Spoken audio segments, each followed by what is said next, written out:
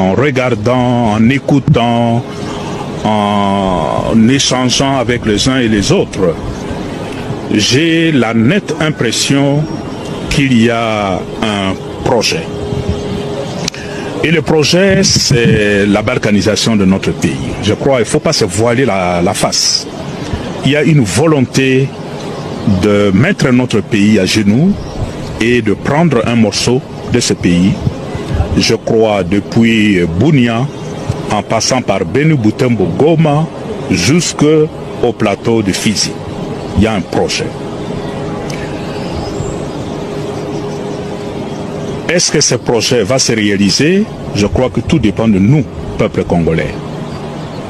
Ça dépend de nous. L'erreur que nous commettrions dans le contexte actuel, c'est de nous quereller entre nous. Et en même temps, nous savons aussi que notre armée est un peu comme infiltrée.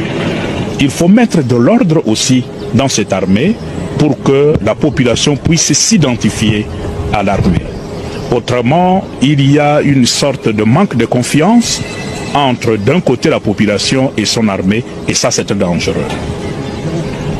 Vous savez qu'à l'UDPS, permettez le terme, même ceux qui ont des papiers des universités ou des je ne sais quoi, l'UDPS regorge beaucoup de personnes non instruites. Ah bon, ça c'est fort. Je l'ai dit, je répète, je regarde la caméra. L'UDPS, je peux même donner le pourcentage. Les gens de l'UDPS vous suivent, hein? À l'UDPS, 90% des militants de l'UDPS sont des illettrés.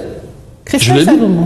Vous êtes responsable de ce que vous affirmez. Je dis ceci devant cette caméra. Okay. 90% des militants de l'UDPS sont des illettrés. Pour preuve, depuis 2018, que l'UDPS vous donne d'abord un projet de société, de gouvernance. C'est un parti de masse. Que l'UDPS est un parti de masse qui n'a pas de projet de société. Ça veut dire quoi ça? Parti de masse qui vient chercher l'électorat mais qui n'a pas de projet de société. Je ne vois pas comment, en continuant à traiter Paul Kagame ou Yoweri Museveni d'agresseurs, de grands méchants loups, de diables et de tout ce que vous voulez, que je ne vois pas comment on peut réussir à obtenir justice et réparation. Donc, la seule chose que je demande à ces gens qui veulent le dialogue, c'est d'abord de condamner l'agresseur, de le nommer clairement et de le condamner. Et là, alors, on va dire, ce sont des patriotes. J'espère que vous comprenez. Mon cher ami, c'est sa façon de raisonner. Et bon, la neige, je l'ai pas look. Oh, ministre, comment c'est sérieux? Il a dit pour la même chose. Et pas Jakira. Je l'ai pas look, ministre, achète de l'industrie. Sylvain Mutombo, dans le régime, n'est pas n'importe qui. Moi, j'ai mesuré mes mots, je sais que j'ai dit. Et dans la réunion, il y a président de cette réunion sacrée Kuna. Azaki Wapi. Azaki, parmi les présidents. Lui gère l'union extra-parlementaire. Extra-parlementaire. Il a dit, et pas Stani Boujakira, on ne fera pas les référendums sans Goma et Bukavu. Il a raison, il a tort. Mais Nerozoulou, le schéma est compliqué. Nerozoulou, moi je prends le courage de dire, je suis journaliste là pour t'inquiéter.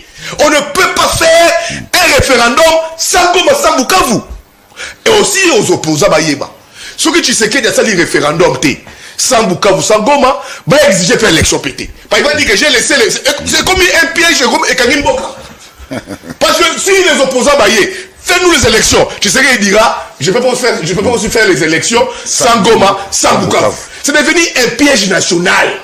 Piège national est lié à Kingo opposition, est lié à Kingo majorité. C'est très important. Parce que si il n'y a pas référendum, il faut. Kajou est d'accord avec moi. Les opposants non, on ne veut pas de référendum sans Goma, sans Bukavu. Tshisekedi va prôner la balkanisation. Tshisekedi va concéder aussi. Ah bah ok, ça va. D'abord, l'histoire de lobby est rattrapée, j'ai divisé le Congo. Quand on va arriver au 2028, quand les opposants vont exercer les élections, tu sais comment ça s'appelle élection sans Goma, sans Bukavu. C'est devenu un piège national. Piège national. Et il y a besoin de Kingwa. Alors, ici, Sylvain Mutombo a été clair. Merci. Autre élément de Rosoulou. Comment on peut faire un référendum? C'est là où on a de la Boji. De Rosoulou, Boji, je ne sais pas qu'est-ce qu'il veut. Dans sa vie, comment est-ce que Boji sera? C'est moi j'ai compris comment c'est Kamere Makambo, la monnaie en bonne de Barakenaï. Tout le monde c'est ça. Mais Ndeko, c'est une responsabilité politique historique. Toi, Boji, tu es du sud Kivu, de Walungu. Tu es... Bon, Boji n'est pas un leader majeur, hein? C'est un leader minuscule, Boji. Boji, c'est un leader minuscule. Tu t'aimais. N'est pas député à Est. Comment vous pouvez réfléchir, avoir un référendum, vous votez une loi référendaire sans vos provinces? Ceux qui toquent référendum sans Goma, sans Bukavu, Boji au Kenewapi. Chez moi, Congo Central a orienté. Et pas la Kajimou, la Kassa au Keneta. Non, c'est sa province. Ouais. La constitution est où vous avez Zolobani? Non! Les élections. Non, s'il te plaît. Les élections sont sociologiques. Non. Non, cette affaire, ça divise les Congolais. Mon cher ami, on est une base. S'il te plaît. Mais il y a une centrale. Laisse-moi parler. Mon cher ami, Kajimboulou. Les divisions. Je ne divise pas les gens. Mais leur base sociologique, où ils sont nés, place Babotama, la ligne de Gowapi Zulu, Sud Kivu. Merci beaucoup. Alors dis-moi, tous ces élus à Sud Kivu qui ont voté la loi référendaire là, faire un référendum sans Goma, sans Bukavu, ils iront où? Alors, ils iront chez nous au Kassai. Ils doivent s'acclimater. Si on va à Kassai, il faut pas prendre la langue. Oui bien, il doit prendre la langue. Les élections sont sociologiques. C'est très important de Kozulu. Kabila a souffert de ça ici, hein? Nabemba, Azamwana Congo,